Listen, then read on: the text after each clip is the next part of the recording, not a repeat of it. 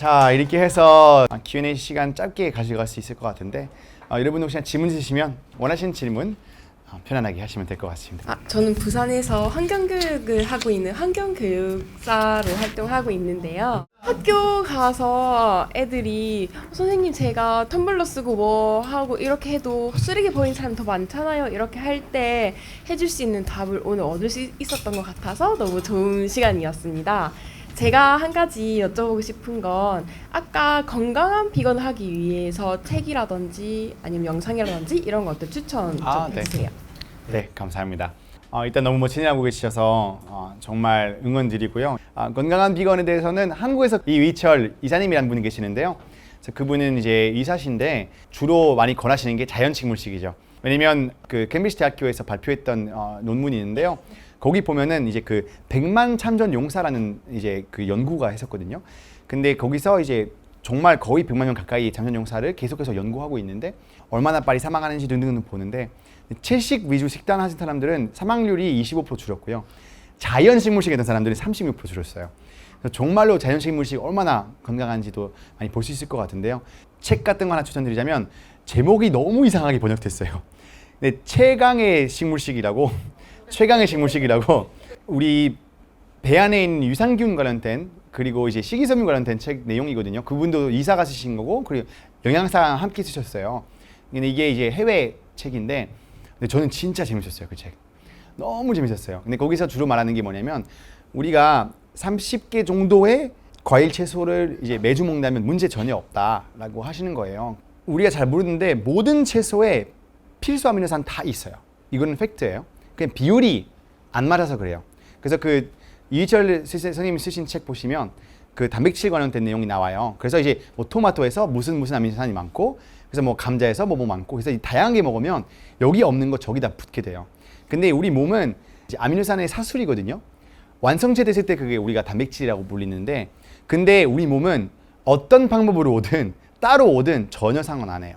그래서 여러분 한번 보시는 거 추천드리고 다양하게 먹는 거 좋고 그리고 대체식품 중에서도 저는 뭐 좋다고 생각해요. 왜냐면 대체식품 같은 경우는 많은 사람들이 가공 음식이다라고 해서 싫어하시지만 근데 우리가 먹는 고기들은 가공 음식이거든요.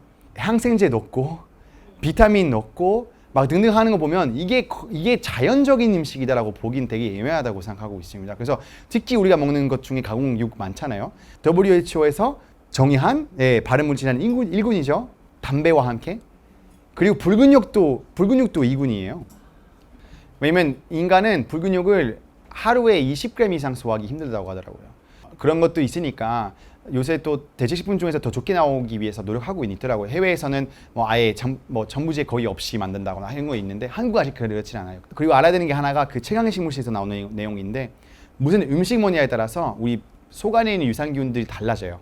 그래서 우유는 특히 유해상균 많이 키운다고는 하더라고요. 그래서 이제 균들이 많아질 때까지 조금 적응 시간이 필요해요.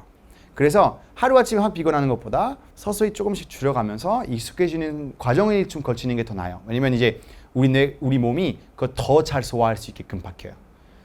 그래서 그런 것도 있었다는 얘기도 있고 너무 과감하게 여러분 하루아침에 갑자기 채식하시는 거 어려울 수도 있고 환경식사하는 것도 어려울 수도 있는데 저는 여러분한테 추천드리고 싶은 게 뭐냐면 여러분 누군가 어떤 실천을 90%로 하고 있어요. 그럼 90%와 100%의 차이가 얼마 없죠. 10%니까. 못하는 거 남한테 시키세요. 자기 못하는 10%는 남들한테 10%씩 시키면 되는 거예요. 그래서 저는 제가 못하는 것들이 있으면 남한테 시켜서 10명한테만 10% 시키면 벌써 190%가 되는 거거든요. 그래서 여러분들한테 오늘 시키러 온 거예요. 제가 못하는 분이 있으면 여러분 하시라는 거죠. 그 알맹상점이라고 서울에서 되게 유명한 제로웨이스트 샵이 있어요. 근데 그분도 얘기하셨어요. 혹시나 플라스틱 한번 썼다고 해서 좌절하지 말고 그 시간에 환경을 위한 서명운동 하나 찾아서 하라 하시더라고요. 그 정말 목소리 내는 거 중요하기 때문에. 네, 반갑습니다. 네, 강의 매우 잘 들었습니다. 기후 위기에 관심이 많은 부산 시민 중에 한 사람인데요. 영국 BBC 방송에 보면은 기후 위기는 대사기극이다 이래가지고 방송을 한 적이 있습니다. 이미 이것을 믿어버린 국민한테 이게 아니란 걸 어떻게 이렇게 요약적으로 설명하면 좋은 설득이 될 것인지 이걸 질문하고 싶습니다. 좋은 질문입니다. 정말 좋은 질문이에요. 네, 안타까운 현실이죠. 사실은 여러분 아신지 모르겠지만 개인 탄소 발자국 누가 만들었는지 아세요? 그게 BP가 만들었는데요. BP가 브리티시 페트로리엄 석유 회사가 만들었어요. 우리가 아니라 너네가 문제지라고 알리키기 위해서 그렇게 했었거든요. 그때 너무 언론 안 좋았었을 때 그렇게 만들었었는데 많은 사람들이 안 믿었으면 좋겠다는 사람들이 있죠. 이해관계가 많이 엮여 있고 1977년도에 엑선이라는 석유 회사가 명백하게 이 사회에서 이 문제를 알았다는 것 기록이 있고 그거를 막기 위해서 노력했다는 것도 기록이 있어요. 어떻게 막았냐면 의심을 만들었어요. 여러분 어떤 문제에 대해서 과학자들이 정확하게 이겨낸 것 같지 않으면 그러면 아닌가 보다? 농약 회사들은 가장 했던 것 중에 하나가 요새 벌들이 없어지고 있잖아요. 그렇죠? 그러면 얘네가 만드는 게 연구에서 다른 거 문제 아닌가에 대해서 자꾸 연구해요.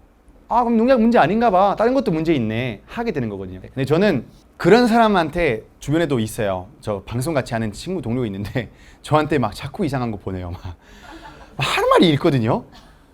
아니 그렇게 믿어왔는데 내가 어떻게 설득시켜? 솔직히 말씀드리자면 저는 그런 사람한테 별로 관심이 없어요. 솔직히 말씀드릴게요. 저는 약간 비유할 때 그렇게 비유하는데 전쟁과 비슷해요. 전쟁 안 났다고 우겨도 우길 수 있죠. 안 났는데요?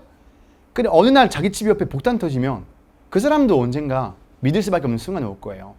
그래서 저는 이 사람을 설득시키는 것보다 이 사람 주변 사람들 설득시키면 MBTI처럼 어느 날 그 사람도 할 수밖에 없는 순간이 올 것 같다는 생각이 전 들어요. 그래서 저는 제 시간을 제가 갖고 있는 에너지를 사용할 수 있는데 가장 효율이 뭘까라고 봤을 때 안타깝게도 그런 사람은 아닌 것 같아요. 그러니까 가끔씩 문제가 제 좋아하는 사람들이 그러면 마음 아파요. 가족이거나 그러면은 다행히 저희 가족에서는 그런 사람 잘 없어요. 다들 그래도 제 뭐 기획이라거나 이런 것을 믿으시지만 저는 그렇게 하시는 게 어떨까 싶어요. 제가 봤을 때 이 사람을 설득시키기에 이미 너무 굳어왔던 것 같아요. 그래서 대신 계속해서 주변 사람들 시키면 언젠가 그 사람도 이 현실이라는 것을 받아들이지 않을까라는 생각하고 있습니다. 일단 여러분 너무 감사했고요. 지금까지 주연이었습니다. 감사합니다.